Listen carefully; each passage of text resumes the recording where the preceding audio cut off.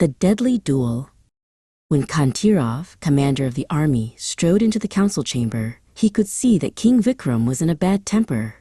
The king was pacing up and down the chamber, muttering and shaking his fist in the air. Catching sight of his army commander, the king thrust a document under his nose. "Read this," he almost shouted. "That murderous swine King Trivikram has sent me an ultimatum demanding that one of my knights meets him in single combat with battle axes, otherwise he will overrun this kingdom with his army of savage tribesmen. And what does he demand if he defeats our man in single combat?" Kanteerav asked. The king's face was like a thundercloud. "He demands my daughter's hand in marriage, and the assumption of suzerain over this kingdom." "And what if he loses?" Kanteerav asked, with a smile on his lips. "He does not even mention it," muttered the king. "But I would sooner kill my daughter than let her marry that fiend." Kanteerav said, "We have little option, your majesty. The hordes of tribesmen under his command would sweep through this kingdom like a cyclone. I will fight King Trivikram, so send word by his envoy that I will ride to his castle in the morning." "You are renowned for your bravery," announced the king, "but this rogue stands head and shoulders taller than you. And everyone knows that killing someone in single combat is a daily pastime with him." "I can at least try to strike a blow for the princess," Kanteerav said. The king looked at him curiously. "Well, may God be with you." At the break of day, Kanteerav, with just one trusted soldier, cantered out of the palace gates, eager to get this sorry business done with. He had barely entered the forest when he heard a scream somewhere ahead. Putting his horse to the gallop and rounding a bend in the path, he was surprised to see the princess in the grip of two ruffians. At the sight of the charging knight, the two ruffians let go of the princess and scampered into the thicket. Dismounting, Kanteerav walked across to the princess. "Why are you riding alone in the forest?" he demanded. "Forgive me, my lord," she answered calmly, "but I came to warn you.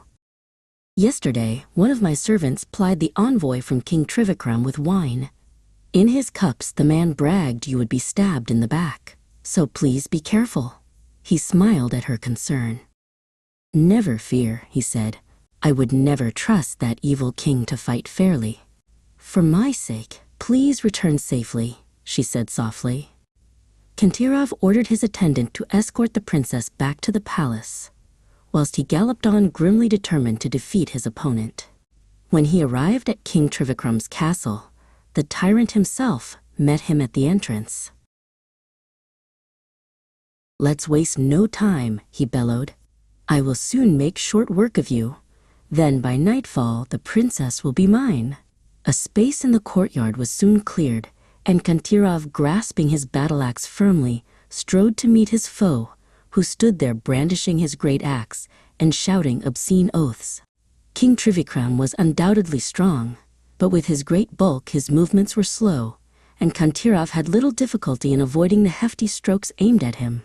Kanteerav began to grow more confident as the minutes slipped by, because it was obvious that his opponent was beginning to tire. Then out of the corner of his eye, he saw one of Trivikram's men draw his sword. Swinging round quickly, Kanteerav flung his battle-axe at the oncoming swordsman, who crashed to the ground like a felled tree. Scooping up the fallen sword, Kanteerav turned to meet King Trivikram, rushing at him, swinging his mighty axe. Dropping to his knees, the axe swished harmlessly above his head. Then, biding his time, Kanteerav lunged upwards with the sword and ran King Trivikram through the body. At the sight of their leader's lifeless body, King Trivikram's men stood too surprised to make a move. Then through the castle gates came King Vikram, accompanied by the princess and a body of cavalry.